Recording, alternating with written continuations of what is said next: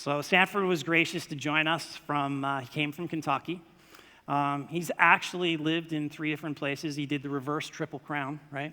Yeah. So he started in New York, went to Maryland, and then landed in Kentucky. He's been with Marsh & McLennan for 10 years as a business and process manager. Is a lifelong learner. Wrote a book about it, Learn and Grow Daily, as an appreciation for him coming.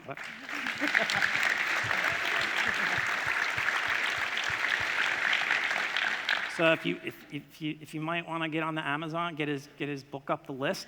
It's 10 years old and there's a sequel coming out, but big things, and there's a great background on what drove the writing of this book that we want to talk about. But as I mentioned up front, he's a raving fan of Pluralsight, and I want to let us know what you do at Marsh & McLennan and a little bit about the company. Sure.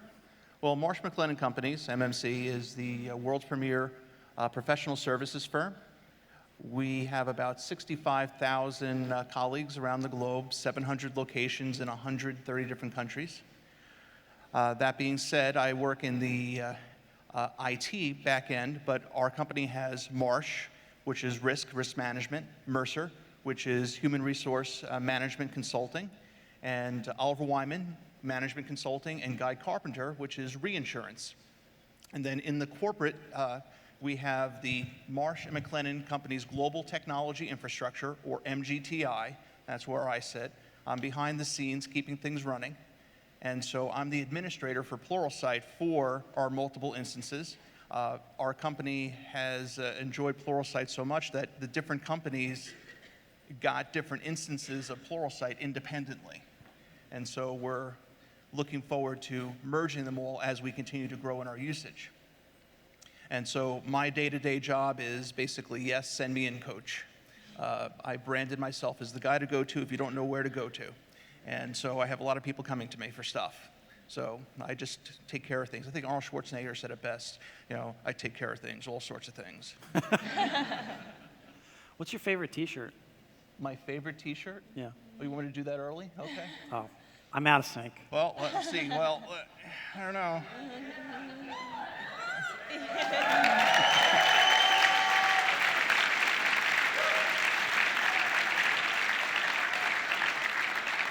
We did not ask him to do that. He did it himself. I saw the shirt, saw I was coming here, I'm like, might as well. So how important is technology to the overall strategy at Marsh? Oh, gosh. It's critical. It's just, we're at an epic stage of change. Change is explosive, it's increasing, and we need to keep up. And so we need to be able to bring in talent, but we know that that's not going to always work, so we have to improve our talent. And using sources like Pluralsight and others, we want to improve our ability to upskill and train our people to meet the growing need, because it's just never going to stop. And what do you think the potential risk is if you can't keep up with the pace of change? Gravestone for the company. It basically, you get left behind. And in homage to my book, there's a good story about IBM when they just lost focus and they were just making mainframes for people, and Microsoft came in and were planning the day that IBM was going to go away. You think about that. IBM was going to go away because they just didn't see. They weren't keeping up with the change. They weren't looking at what was going on. And so luckily they got a new leader who turned it around, but that's the reality. So what do you think are some of the biggest challenges you're facing in the technology organization today, and how is Pluralsight helping you with that? The biggest challenge is time. There's just so much to do, and the to-do list is, you laugh at the folks who come in, I have my agenda for my entire day. Ha, ha, ha. How much of that did you get done? So I come in with 10% of my day planned, hoping to get that done. Well, with that, needing to get knowledge, needing to upskill, you need to have something that's flexible. So Pluralsight's been helpful in being able to provide knowledge in very short bits. For example, I found your executive briefings, make more of those please, and made a channel for my team because I had someone look in and go, oh, it's a 5-hour course. I don't know if I could do that, really? Well, here's something on cloud computing for 20 minutes. Can you do that? It's like, oh, yeah. So then the next part is the courses are modular. So we had cases where we need to convey security information to a specific team, and we wanted them all to do that training. So the way to do that training, we created a channel, we took the course that had the right material, we took one module, and 29 minutes. So we were able to put them all in that channel and measure the performance of them getting done. But we got the knowledge across in a short period of time. Now, those folks who can put in the time, and I believe our top user last year did 240 hours from March to end of the year. So Pluralsight's able to meet on both ends. Sanford, can you take us through, you told a story the other night about the call center team and what you did there with Role IQ. I think the team would appreciate hearing that. Sure. So I was at Live, and I was really inspired by Nate's talk on roles and channels. So I asked to become a beta tester, and so I went in and I created a role for service desk analysts. And at that time, I was trying to sell the skill thing to my company. And it made sense, but unless I had something I could show them, it really didn't work. But then the help desk process and procedures assessment came live, and like, boom. So Office 2016, computer fundamentals, networking fundamentals, helped us put it around 4, created it, added all our service desk analysts to it, got with the managers, pointed at the values, and they're pushing it. We had, and this is over the last few weeks, so last week, actually Tuesday before I hopped on a plane, I was sharing with the manager again, and one of their analysts actually took all 4 assessments, and they saw that they were proficient, and they had a score of a 2. And the manager, you could see light bulbs going off, going, wait a minute, I can do this for my entire team. I said, yeah, you can know what your team's doing. And going back to Nate's speech, if you find areas where they're not doing well, you build a channel, put in the content that they're struggling with, boom.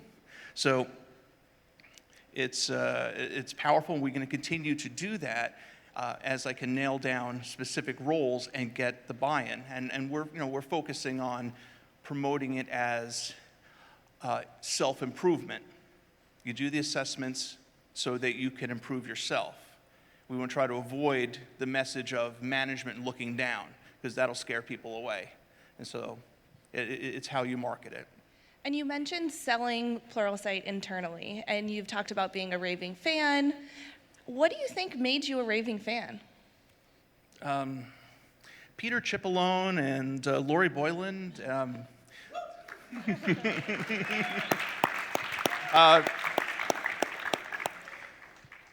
I'd say that, first off, I look at Pluralsight, and I don't see just Pluralsight. I see it's a paradigm shifter. You're going to change the world. I mean, that's what I see this doing, and it's exciting. And I had the opportunity to, become the admin for it and become a beta tester, so I get to see what was going on. I get to, when I have questions, I reach out to my success manager. I reach out to my salesperson, Peter, and if I need more information, they connect me with people who help me out. We had a little struggle with channels early on. Channels, our team, when we first did the discovery, we're trying to mimic our organizational structure by creating channels, but then that had channels with 240 hours of content, which kind of scared people. It's like, what's going on? Lori, help me. And then Lori connected me with David, and David just basically explained, this is what a channel is for, this is what a channel, what you do with a channel, and did it in plain English. And I was like, oh, And so I brought that back to the team, and that cycle of getting the help, constantly refining my knowledge of Pluralsight helped me like it even more and more and more. And, well, I am a lifelong learner. I can't get away from that because there's a book I wrote, and so... So you find an organization that has that same type of mentality of doing better and better and better, it's birds of a feather fly together. So could you talk a little bit about the inspiration for writing this book? I think your personal journey is pretty impressive, and how you've, where you were and Sure. how you got to the role at Marsh. Gosh, I was working at a .com back in the late 90s and got downsized from a .com. Who would ever saw that coming? And I figured I'll get a job, no problem, because the last 4 jobs, I walked in an interview, got a job. Well, I was in D.C., just outside of D.C. at that time, and not only was I not getting the jobs, I was not getting the interviews. And I had a call from a potential employer saying, well, I see you have an associate's degree on your resume. Do you have a bachelor's that you just didn't put on the resume? And I'm thinking, are you an idiot? I would have put that on there. But it resonated, going, wait a minute, I need to upskill myself. And so I had collected books, bookshelves, hundreds of books, and I could see I read 5 of 200. It's a lie. So I went back to college, and with a bad economy and a girlfriend in Kentucky, I moved to Kentucky. I'm now happily married, happily employed, lucky in Kentucky, and was working for a credit card processor in their call center. I was a manager there. And we went to a customer contact center network, a network of call centers. Louisville's a hub. There's about 80 call centers in Louisville. And they brought in a speaker, a motivational speaker named Kirk Wiesler. He wrote the foreword of my book. And he calls himself the Chief Morale Officer. And he was just talking about self-improvement and loving on other people, helping them and all that. And it resonated with me. So I want to do that. And so I reached out to him. And he started sharing books I should read. And so since I was like, well, I'm reading books with my college degree, I might as well read these books too. And I started reading one of the great books, Cynthia Kersey's Unstoppable, 45 stories, absolutely amazing, and just going from book to book to book. And as I continued, I finished my bachelor's, and then I went and got my MBA. And one of my mentors, she brought me to lunch to celebrate my getting my MBA and said, well, at that point you read 285 books. What have you learned? And so I looked at, I'd been sending out messages to people of, quotes from different business leaders, and then quotes from books I wrote. And then I started writing my own quotes and then my comments. And so I took about 104 of those messages and put them into the book, and had 10 categories. And then I realized there's an 11th category, which is what you don't know. And you realize that the more that you know, the more you realize you don't know. And that's a good thing, because otherwise you don't know that you don't know. And that's a scary thing. So that's where it got together, the passion to put together the book and to share that. And I had continued writing messages for about another, 7-8 years, and then work got crazier. I have dogs. I have 4 dogs. They like to go for a walk at 5 in the morning. And so that tapered off, but I've gone back and have put together for a sequel, which hopefully I'll have ready before live. Awesome. That's an incredible story. Let's give him a hand.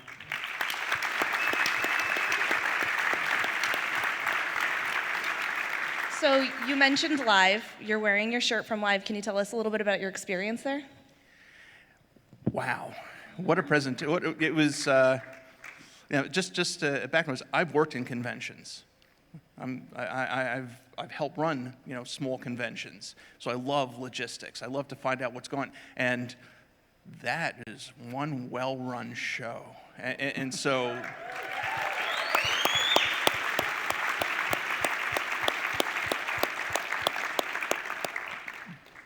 but I think, you go there, you learn things. But for me, it was transformative. That's the word that I would use, because I learned so much about so many different parts of the organization beyond, okay, yeah, I see courses. Then I learn about Iris, and like, ooh, well, Iris, it does interesting. Then the role IQ, and I can see the potential there. And then what really got me was Pluralsight One. I'm like, wow, well, I love helping other people, and to see an organization that's, you follow the dollars. If a company's going to put that much money into helping other people, they really care about that. And so I was very happy to see that. But for me, Live was transformative. I look forward to going again. Thank you. Awesome.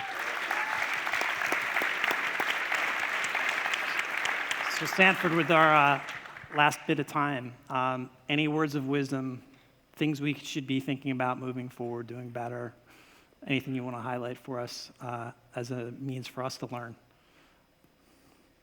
Yeah, what I would say is, one of the challenges we're a complex organization, and there's a lot of complex organizations. We're all scrambling, running around, and your teams, you know your product. You really know your product, and you can articulate your product.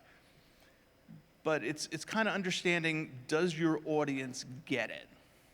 And that's where having that raving fan in the company who gets it, who can then articulate it to the rest of the company. Look for and help make a raving fan in each of your customers so that the message isn't lost. Because Pluralsight, if someone wants a training platform, okay, well, Pluralsight does that. But it's why when you want to go back and forth to a store, you're going to have a Maserati. You're going to miss out all the things you could do, with all the things Pluralsight does, the skill IQ, the role IQ, the assessments, the tech index. I mean, you just keep going. So Pluralsight has so much more, and it's articulating it to a customer who's basically, jumping from meeting to meeting to meeting to meeting, and they have to be able to get that, let that sink in, that you're getting a heck of a lot more than just a bunch of courses. Outstanding. Well, I want to thank you for joining us. Thank you so Appreciate much. the time. Thanks, Sanford. Awesome. Thank you. Give me a hand. Thank you for having me.